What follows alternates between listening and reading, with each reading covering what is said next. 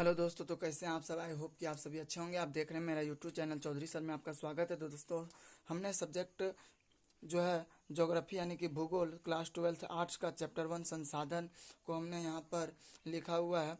तो दोस्तों, यहाँ पर आप देख सकते हैं, यहाँ पर लिखा हुआ है संसाधन। तो संसाधन क्या है दोस्तों, तो इसका हम लोग अध्ययन करेंगे। तो संसाधन जो है, हमने आंसर किया दोस्तों, पृथ्वी पर उपलब्ध वे सारी वस्तुएं जो हमारे दैनिक जीवन के लिए उपयोगी हो उसे संसाधन कहते हैं। जैसे जल, वायु, वाहन, भवन, सड़क। दोस्तों, अगर मोबाइल देखते हैं तो वो भी एक संसाधन है, पेन भी एक संसाधन है, कॉपी भी एक संसाधन है। यानी जो भी हम ये सब देखते हैं दोस्तों, जो हमारे लिए उपयोगी है, तो वो सभी क्या है, संसाधन है दोस्तों। आगे है दोस्तों संसाधन के प्रकार। संसाधन के मुख्य रूप से दो प्रकार के होते हैं। संसाधन के मुख्य रूप से दो प्रकार होते हैं, है ना, दो प्रकार के होते हैं। तो पहला क्या है दोस्तों, प्राकृतिक संसाधन, दूसरा है मानव निर्मित संसाधन। तो यहाँ पर पहला है प्राकृतिक संसाधन, वैसा संसाधन जो हमें प्रकृति के द्वारा निःशुल्क उपहार के रूप में प्राप्त होता है तथा हमारे दैनिक जीवन के लिए उपयोगी होता है, उसे प्राकृतिक संसाधन कहते हैं। जैसे जल, वायु, मृदा, खनिज। देखिए दोस्तों, ये हमें एक ऐसा संसाधन है जिसे हमें प्राप्त करने के लिए कोई शुल्क नहीं देना पड़ता है, कोई पैसा रुपया नहीं देना पड़ता है। यानी ये निःशुल्क यानी कि बिना शुल्क का हमें ये प्राप्त होता है, फ्री जो है दोस्तों प्राप्त होता है। तो इसे हम कहेंगे प्रकृति, यानी जिसे हम कहते हैं भगवान के द्वारा दिया हुआ है ना, सिंपल भाषा में अगर कहें तो उसके लिए दोस्तों, इसी के लिए हमें कुछ देना नहीं पड़ता है, तो इसे हम कहेंगे प्राकृतिक। मानव निर्मित संसाधन दोस्तों, वैसा संसाधन जिसका निर्माण मानव के द्वारा किया गया हो तथा हमारे दैनिक जीवन के लिए उपयोगी हो, उसे मानव निर्मित संसाधन कहते हैं। जैसे दोस्तों भवन, सड़क, वाहन इत्यादि। दोस्तों ये सभी भवन, सड़क, वाहन, ये सभी जितने भी हैं, तो वो एक ऐसा संसाधन है जो दोस्तों जो मानव के द्वारा बनाया गया है, तो इसे हम कहेंगे दोस्तों मानव निर्मित संसाधन। यानी कि उस संसाधन को मानव निर्मित संसाधन कहेंगे जिसका निर्माण जो है मानव के द्वारा किया जाता है ना। तो आगे दोस्तों, समाप्यता के आधार पर संसाधन के प्रकार। तो यहाँ पर दोस्तों आंसर है, समाप्यता के आधार पर संसाधन के दो प्रकार हैं। पहला नवीकरणीय, दूसरा अनवीकरणीय संसाधन। तो पहला दोस्तों नवीकरणीय संसाधन। नवीकरणीय संसाधन वैसा संसाधन जिसका निर्माण एक निश्चित समय में हुआ हो और यदि वह खत्म हो जाए तो पुनः उसकी पूर्ति हो सकती है, उसे नवीकरणीय संसाधन कहते हैं। जैसे सौर ऊर्जा, पवन ऊर्जा, जल ऊर्जा इत्यादि। दोस्तों यहाँ पर जो सौर ऊर्जा है, यानी कि जो सूर्य का प्रकाश के द्वारा सोलर का जो प्रयोग किया जाता है और उससे जो ऊर्जा बनाया जाता है, तो वो एक देखिए दोस्तों, यहाँ पर जो सूर्य है वो खत्म नहीं होगा और उसका जो प्रकाश है वो भी कभी खत्म नहीं होगा।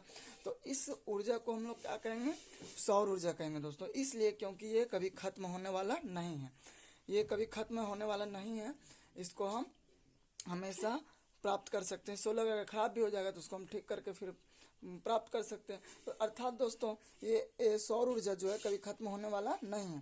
पवन ऊर्जा दोस्तों, तो पवन यानी कि हवा कभी कभी खत्म होने वाला नहीं है, तो इसीलिए पवन चक्की के द्वारा या तो इससे जो पवन के हवा के द्वारा जो ऊर्जा बनता है दोस्तों, तो ये जो है कभी खत्म होने वाला नहीं है, तो इसलिए हम कहेंगे नवीकरणीय संसाधन, इसे हम पुनः प्राप्त कर सकते हैं दोस्तों। उसी तरह से जल ऊर्जा है इत्यादि, यानी कि इसमें कभी खत्म नहीं होता है दोस्तों, वैसे संसाधन है जो कभी खत्म नहीं होंगे।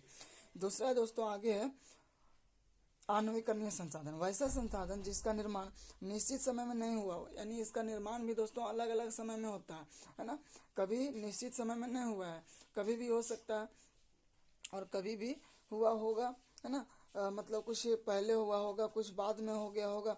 जैसे यहाँ पर देख सकते हैं, वैसा संसाधन जिसका निर्माण निश्चित समय में ना हुआ हो और यदि वह खत्म हो जाए तो पुनः उसकी पूर्ति नहीं हो सकती है, उसे अनवीकरणीय संसाधन कहते हैं। दोस्तों यहाँ पर जैसे हमने लिखा है कोयला, पेट्रोलियम, डीजल, तो देखिए दोस्तों ये सब जो है अलग अलग समय में इसका निर्माण हुआ होगा, है ना। तो यही है, यानी निश्चित समय में इसका निर्माण ना हुआ हो, तो वही था दोस्तों। तो कोयला जो है दोस्तों, अगर इसे हम जला देते हैं तो क्या इसको हम पुनः प्राप्त कर सकते हैं, नहीं। पेट्रोलियम, क्या इसको अगर हम जला देते हैं तो क्या इसे हम फिर पुनः प्राप्त कर सकेंगे, नहीं। डीजल नहीं, यानी कि दोस्तों जैसे जल है, जल का हम अगर उपयोग करते हैं तो फिर दोस्तों वो क्या होता है, चूंकि ये नवीकरणीय संसाधन है तो इसको हम पुनः प्राप्त कर सकते हैं, लेकिन ये अगर इसको हम उपयोग करते हैं तो फिर ये पुनः प्राप्त नहीं कर सकते हैं। जल अगर हम उसको हाथ धो रहे हैं या पैर धो रहे हैं तो दोस्तों वो कहाँ चला जा रहा है, जल स्रोत बन जा रहा है दोस्तों, भूमि में चला जा रहा है। तो उसको हम खुदाई करके पुनः प्राप्त कर सकते हैं, लेकिन इस सब को हम जो है दोस्तों नहीं प्राप्त कर सकते हैं, इसलिए क्योंकि ये हर जगह उपलब्ध नहीं है। और ये अगर यदि ये एक बार उपयोग में हो जाता है, उपयोग में लाया जाता है तो इसका पुनः यानी दोबारा उपयोग नहीं किया जा सकता उसी का, है ना। तो इसीलिए ये हो जाता है क्या है दोस्तों, अनवीकरणीय संसाधन जैसे कोयला, पेट्रोलियम, डीजल इत्यादि। और जल क्या है दोस्तों, जल जो है नवीकरणीय संसाधन है, तो ध्यान रखना है दोस्तों। अगला पॉइंट है दोस्तों, उत्पत्ति के आधार पर संसाधन के प्रकार। उत्पत्ति के आधार पर संसाधन के दो प्रकार हैं। तो पहला दोस्तों जैव संसाधन, तो और दूसरा अजैव संसाधन। तो जैव संसाधन क्या है दोस्तों, जैव संसाधन के अंतर्गत सजीव वस्तुएं शामिल की जाती है, जैसे प्राणी जगत, वनस्पति जगत इत्यादि। देखिए दोस्तों, जैव संसाधन जिसमें जान होता है तो वैसे संसाधन को हम कहेंगे जैव संसाधन, जो कि यहाँ पर लिखा हुआ प्राणी जगत, वनस्पति जगत, इस सब में सभी में जान होता है दोस्तों। आगे है दोस्तों अजैव संसाधन, वैसा संसाधन जिसके अंतर्गत निर्जीव वस्तुएं शामिल किया जाता है उसे अजैव संसाधन कहते हैं। जैसे देखिए दोस्तों, पर्वत, पठार, मरुस्थल इत्यादि। तो ये सभी में जान नहीं होता। पर्वत में होता है क्या, पठार में होता है क्या, मरुस्थल में नहीं, तो इस समय नहीं होता है जान, तो इसलिए हम कहेंगे अजैव संसाधन। उसके बाद दोस्तों अगला है स्वामित्व के आधार पर संसाधन के प्रकार। तो स्वामित्व के आधार पर संसाधन के 4 प्रकार हैं। देखिए दोस्तों, यहाँ पर लिखा हुआ व्यक्तिगत संसाधन, समुदाय संसाधन, राष्ट्रीय संसाधन, अंतर्राष्ट्रीय संसाधन। तो पहला दोस्तों व्यक्तिगत संसाधन, वैसा संसाधन जिसमें किसी खास व्यक्ति का स्वामित्व हो उसे व्यक्तिगत संसाधन कहते हैं। जैसे निजी स्कूल, निजी अस्पताल। देखिए दोस्तों, अगर मान लीजिए हम कोई अपना स्कूल खोले या कोई अपना अस्पताल खोल ले, तो उसमें दोस्तों केवल और केवल मेरा अधिकार होगा, किसी दूसरे का अधिकार नहीं होगा, है ना। तो पूरा अधिकार किसका होगा, मेरा होगा। तो ऐसे स्थिति में जो है उसको कहेंगे निजी स्कूल है, यानी अपना स्कूल है। और ऐसे स्थिति में जो है दोस्तों किसी दूसरे का अधिकार नहीं होता है। तो यानी कि वही यहाँ पर कहा गया कि किसी खास व्यक्ति का अधिकार हो, किसी एक व्यक्ति का अधिकार हो, तो वैसे संसाधन को हम क्या कहेंगे दोस्तों, व्यक्तिगत संसाधन कहेंगे। क्या कहेंगे दोस्तों, व्यक्तिगत संसाधन कहते हैं। आगे दोस्तों सामुदायिक संसाधन, वैसा संसाधन जिसमें पूरे जन समुदाय का अधिकार हो उसे सामुदायिक संसाधन कहते हैं। जैसे सरकारी स्कूल, सरकारी अस्पताल इत्यादि। देखिए दोस्तों, सामुदायिक संसाधन एक ऐसा संसाधन जिसमें हर एक व्यक्ति का अधिकार होता है। जैसे सरकारी स्कूल, सरकारी अस्पताल, पूरे गांव समाज, पूरे वहाँ के पूरे क्षेत्र के लोगों के जो है बच्चे वहाँ पर पढ़ने के लिए जाते हैं, है ना। तो उसमें किसी एक व्यक्ति का अधिकार नहीं है, वहाँ पर पूरे जन समुदाय का अधिकार है। तो इसीलिए दोस्तों उसको हम कहेंगे सामुदायिक संसाधन। राष्ट्रीय संसाधन क्या है दोस्तों, तो वैसा संसाधन जिसमें किसी एक राष्ट्र का स्वामित्व हो उसे राष्ट्रीय संसाधन कहते हैं। जैसे रेल मार्ग, कोयला इत्यादि। देखिए दोस्तों, रेल मार्ग जो है इसमें किसी ना एक व्यक्ति का अधिकार है, बल्कि यहाँ पर पूरे देश के लोगों का अधिकार है ना। प्रत्येक व्यक्ति जो देश के अंदर है वो सबों का जो है राष्ट्रीय संसाधन पर अधिकार है। जैसे रेल मार्ग और कोयला इत्यादि, है ना।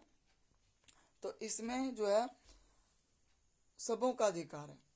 अब आगे आता है दोस्तों रेल मार्ग जो है ये सभी क्या है, राष्ट्रीय संसाधन है। अब हम लोग आते हैं अंतर्राष्ट्रीय संसाधन। तो वैसा संसाधन जिसमें पूरे विश्व का स्वामित्व हो उसे अंतर्राष्ट्रीय संसाधन कहते हैं। अंतर्राष्ट्रीय संसाधन, वैसा संसाधन जिसमें पूरे विश्व का स्वामित्व हो उसे अंतर्राष्ट्रीय संसाधन कहते हैं। जैसे जल मार्ग। जैसे दोस्तों अगर हमें मतलब अगर एक देश से दूसरे देश के तरफ जाना है, जैसे व्यापार वगैरह में लोग जाते हैं, तो उस स्थिति में बहुत कोई जो है जल मार्ग का प्रयोग करते हैं या अन्य कारणों से जल मार्ग का प्रयोग करते हैं। तो दोस्तों जल मार्ग में जो है सबों का अधिकार है, किसी एक देश का अधिकार नहीं है ना। तो इसीलिए दोस्तों ये अंतर्राष्ट्रीय संसाधन है, यानी हर एक देश का अधिकार है इसमें, है ना। वायु मार्ग, यानी कि जो वायु ऊपर जो हम लोग जो है हवाई जहाज से हम लोग जो सफ़र करते हैं तो उसमें जो है वायु मार्ग कहते हैं। तो उसको दोस्तों वायु मार्ग में प्रत्येक व्यक्ति का अधिकार होता है, हर एक देश का अधिकार होता है। तो उसे हम कहेंगे दोस्तों अंतर्राष्ट्रीय संसाधन, अर्थात जिसमें पूरे देश का अधिकार होता है उसे अंतर्राष्ट्रीय संसाधन कहते हैं। तो दोस्तों संसाधन हमने यहाँ तक जो है अंतर्राष्ट्रीय संसाधन तक हमने कंप्लीट कर दिया है। संसाधन जो है दोस्तों खत्म हो चुका है। तो नेक्स्ट वीडियो को दोस्तों अगला चैप्टर हम लोग अध्ययन करेंगे। तब तक के लिए दोस्तों अगर अगर वीडियो अच्छा लगा हो तो लाइक करें, सब्सक्राइब करें, शेयर करें दोस्तों। और वीडियो देखने के लिए बहुत बहुत धन्यवाद। थैंक यू दोस्तों।